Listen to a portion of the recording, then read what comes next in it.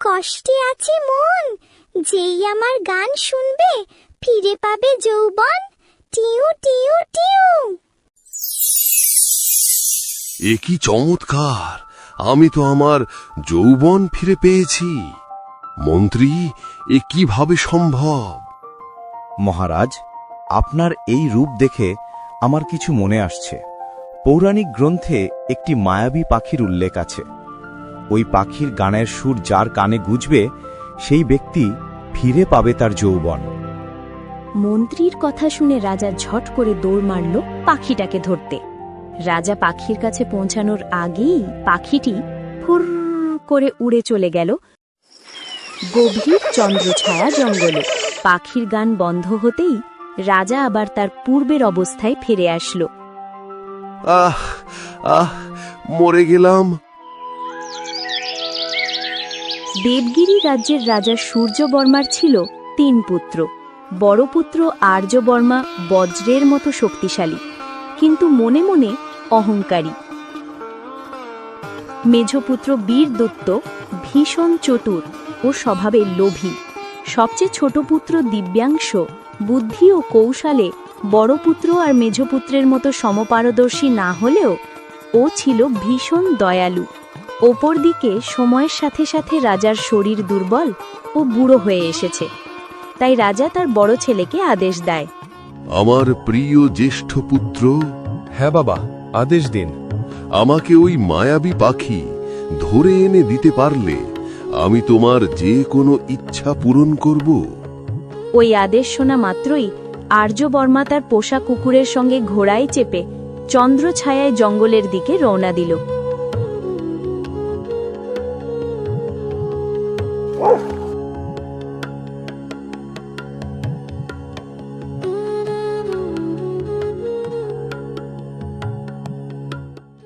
ধুর, ওই মায়াবী পাখির খোঁজে দুপুর থেকে সন্ধে হয়ে গেল। পাখি না ঘোড়ার ডিম।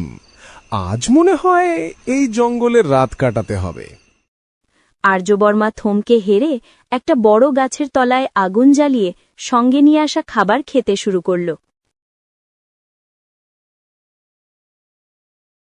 হরিণটাকে দেখছি অনেকক্ষণ ধরে আশেপাশে ঘোরাফেরা করছে। বহুদিন হয়ে গেল হরিণের মাংসের স্বাদটা তো ভুলেই গেছি। যা শেরু, হরিণটাকে ধরে নিয়ে আন। আর্যবর্মাই বলা মাত্রই শেরু এক লাফ মারল, কিন্তু রহস্যময়ভাবে আর্যবর্মা, শেরু ও তার ঘোড়া একসঙ্গে পাথরে পরিণত হল। 2 দিন 3 দিন করে 1 সপ্তাহ কেটে গেল। আর্যবর্মার রাজ্য ফেরার কোনো খোঁজ খবর নেই।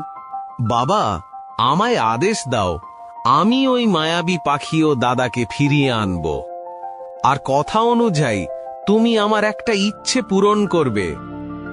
অবশ্যই, বিজয়ী হয়ে ফিরো। বীরদূত ও তার পোষা কুকুর ভাস্করের সঙ্গে ঘোড়ায় চেপে জঙ্গলের পথে রওনা দিল।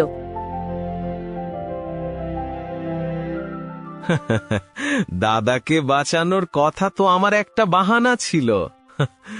আমার আসল মতলব মায়াবী পাখিকে বন্দি করে রাজদরবারে নিয়ে গেলেই সিংহাসন আমার হাতে। আগের মতোই বীরদূতও সারা জঙ্গল খোঁজে। হাতে কিছু না আসায় হাল ছেড়ে ঠিক ওই গাছের তলায় আগুন জ্বালিয়ে নিয়ে আসা খাবার খেতে শুরু করল। কিছুক্ষণ পর ঠিক আগের মতোই বীরদূতের সামনে হরিণ এসে দাঁড়ায়। পাখির সন্ধানে আমার মুন্ডু ফেটে যাচ্ছে। ওপর থেকে হরিণটা আমার দিকে প্যাচ প্যাচ করে তাকাচ্ছে। মনে হয় হরিণটাকে আমার পেটে আশ্রয় দিতে হবে। যা ভাস্কো, কামড় মার। কুকুরটা লাফ মারার সাথে সাথে ঠিক আগের মতো বীরদূত, তার ঘোড়া ও ভাস্কো 3 জন রহস্যময়ভাবে পাথরে রূপান্তরিত হয়। 3-4 দিন কেটে যায়, তবুও আর্যবর্মা আর বীরদূত রাজ্য না ফেরায় রাজার মাথায় চিন্তায় মেঘ ঘনিয়ে আসে। বাবা, আমায় আদেশ দাও, আমি ওই মায়াবী পাখি ও দাদাদের ফিরিয়ে আনব। না না বাবা, তোর 2 প্রতিভাশালী দাদা যে কাজ পারল না, তুই কিভাবে পারবি? বাবা, তুমি বিশ্বাস করো, আমাকে একটি মাত্র সুযোগ দাও। যা বাবা, আগে তোর ইচ্ছা।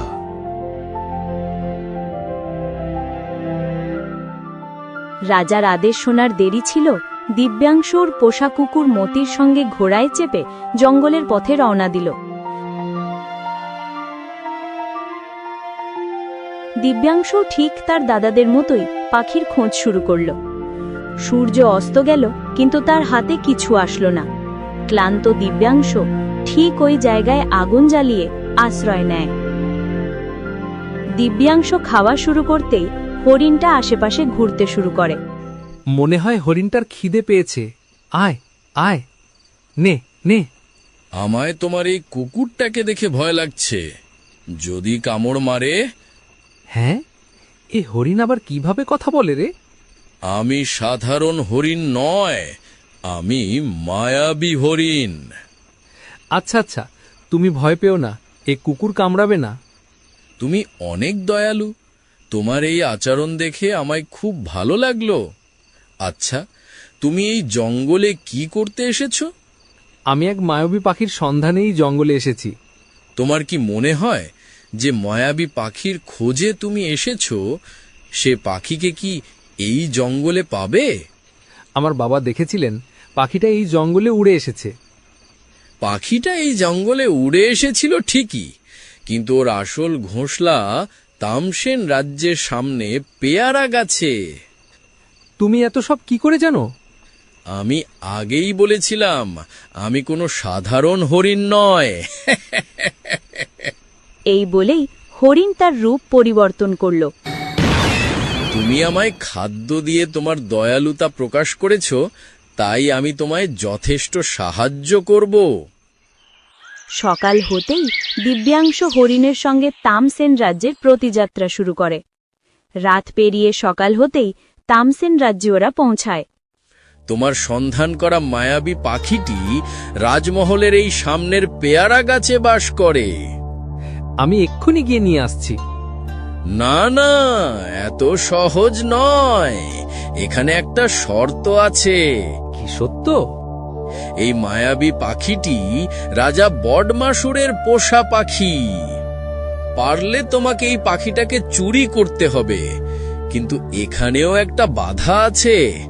এই গাছের কোনো ফল বা ছোট একটা পাতা যদি মাটিতে পড়ে, তাহলে ভয়ঙ্কর আওয়াজ করবে, আর ওই আওয়াজ শোনা মাত্রই রাজা বডমাসুরের সৈন্যরা আমাদের বন্দী করবে। আর রাজা বডমাসুর অনেক তীক্ষ্ণ মেজাজি, যদি এই ব্যাপারে তিনি জানতে পারেন, তাহলে আমাদের মুন্ড তো পাকাই উঠবে। দিব্যাংশু ভয়ে ভয়ে সাহস করে পাখিটাকে ধরার জন্য লাফাতে শুরু করল। ও লাফিয়ে পাখিটাকে ধরে নিল ঠিকই, কিন্তু ভুলে গাছের একটি পাতা মাটিতে পড়ার সঙ্গে সঙ্গে ধম করে আওয়াজ করল। তুমি কে? আমার পাখি চুরি করার সাহস কোথা থেকে এলো? আমি দেবগিরি রাজ্যের রাজা সূর্যবর্মার কনিষ্ঠ পুত্র। আমার নাম দিব্যাংশু।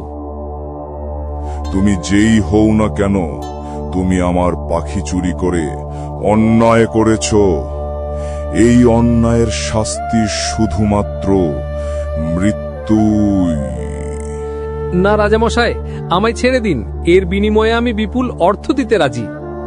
ধন সম্পত্তি আমার চাই না, এর বদলে তুমি একটা কাজ করে দিতে পারো। দক্ষিণ দিকে যাওয়ার পথে এক নদী পাবে, ওই নদী পেরুলে পদ্মাগিরি রাজ্য, আর ওই রাজ্যে থাকে এক সুন্দরী রাজকন্যা। ওই রাজকন্যাকে যদি আমার পাশে নিয়ে আসতে পারো, আমি তোমাকে শুধু ছেড়ে দিব না, এই মায়াবী পাখিটাকেও উপহারে দিব। এই কথা শুনে দিব্যাংশু আর হরিণ দক্ষিণের দিকে চলা শুরু করল। কথামতো কিছু পথ অতিক্রম করার পর সামনে এক বিশাল নদী। হ্যাঁ, এত বড় নদীটা পারাবো কি করে? হরিণটা ফিসফিস করে কিছু মন্ত্র পড়ল, আর একটি ছোট্ট পাথর নদীতে ছুঁড়ে মারল। দেখতে দেখতে পাথরটি একটি নৌকায় পরিণত হয়। ওই নৌকায় চেপে নদী পেরোতেই তারা দেখতে পায় ফুলে ভরা এক সুন্দর দ্বীপ, আর মাঝখানে আছে একটি সুন্দর গোলাপি রাজমহল। হরিণ আবার কিছু মন্ত্র পড়ল, ছোট্ট একটা পাথর একজোড়া সোনার জুতোয় পরিণত হয়ে গেল। ওইভাবে আবার কিছু মন্ত্র পড়ল। এখন কোনো পাথরের বদলে নিজেই এক বৃদ্ধ মহিলার রূপ ধারণ করল। এই মা, কি সুন্দর সোনার জুতো! এগুলোই আমার চাই। ঠাকুমা, ঠাকুমা, আমার জুতোগুলো চাই। মা, আমি তো সিঁড়ি চড়ে ওপরে উঠতে পারবো না। এই জুতোগুলো নিতে হলে তোকে নিচে আসতে হবে। ঠিক আছে ঠাকুমা, একটু অপেক্ষা করো, আমি নিচে আসছি। আচ্ছা মা, তোর নাম কি? ঠাকুমা, আমার নাম নীলাঞ্জনা। ঠাকুমা, এই জুতোর বদলে আমি তোমায় কি দিতে পারি? আরে মা, ওগুলো তো পরে দেখা যাবে। প্রথমে তুই এই জুতোটা নে, আর পরে দেখ কেমন হচ্ছে। রাজকন্যা জুতো পরার সাথে সাথে বুড়ি আবার কিছু মন্ত্র বিড়বিড় করে বলল। মন্ত্রটা শেষ হতেই ওরা তিনজন নদীর এক তোট থেকে ওপর তোটে টেলিপট হয়ে গেল। এ ভগবান, এটা কি হলো? আমি টেলিপোর্ট করেছি। তুমি যদি এটা করতে পারতে তাহলে কষ্ট করে নৌকা দিয়ে পেরোবার কারণ কি? আরে বোকা ছেলে, যে জায়গা আমি কোনোদিনও দেখিনি সে জায়গায় এ জাদু কাজ করে না। আর এই জাদু দিনে দুবারই করতে পারি। তোমরা কারা? আমায় ছেড়ে দাও, আমায় ছেড়ে দাও। তুমি কি রাজা বডমাসুর স্বরকে চিনো? হ্যাঁ, ও আমাকে বিয়ে করতে চায়। ও আমার কাছে বিয়ের প্রস্তাব নিয়ে এসেছিল। আমি মরে যাব, কিন্তু ওকে বিয়ে করব না। তাহলে এই রাজকুমারকে নিয়ে তোমার কি ধারণা? হ্যাঁ, এটা মিথ্যা কথা হবে যদি আমি বলি রাজকুমারকে বিয়ে করতে চাই না, কারণ ও আমাকে অপহরণ করেছে। নীলাঞ্জনার এই কথা বলা মাত্রই রাজকুমারের গাল লাল হয়ে গেল। ওটা তো ঠিক আছে, চিন্তার বিষয় হচ্ছে রাজা বডমাসুরের কাছে খালি হাতে গেলে ও তো আমাদের মেরে ফেলবে। ওটা নিয়ে তুমি চিন্তা করো না, আমার কাছে একটা ভালো উপায় আছে। তোমার কথা অনুযায়ী রাজকন্যাকে আমি নিয়ে এসেছি। সাবাস, আমি অহংকারী হতে পারি, কিন্তু আমি কথার খিলাফ করি না। পাখির বিনিময়ে রাজকন্যা।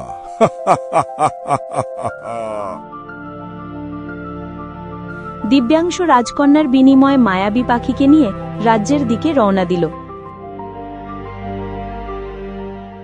মহারাজ, আমায় ক্ষমা করবেন। রাজকন্যার চোখগুলো কেমন যেন মায়াবী মায়াবী লাগছে। কথাটা মন্দ বলনি সেনাপতি, একটু একটু আমারও সন্দেহ হচ্ছিল।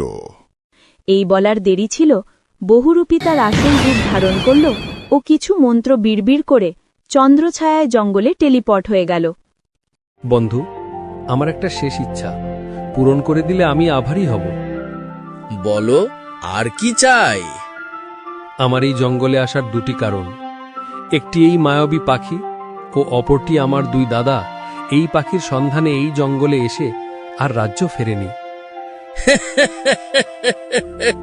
এই পাথরগুলোয় তোমার দুই দাদা বন্দী আছে। তুমি বললে আমি এদের রেহাই করে দিতে পারি, কিন্তু সাবধান, দুজনের মন লোভে ও অহংকারে ভরা। ওরা যেমনই হোক না কেন, ওরা আমার দাদা, তাই দয়া করে তুমি ওদের রেহাই করো।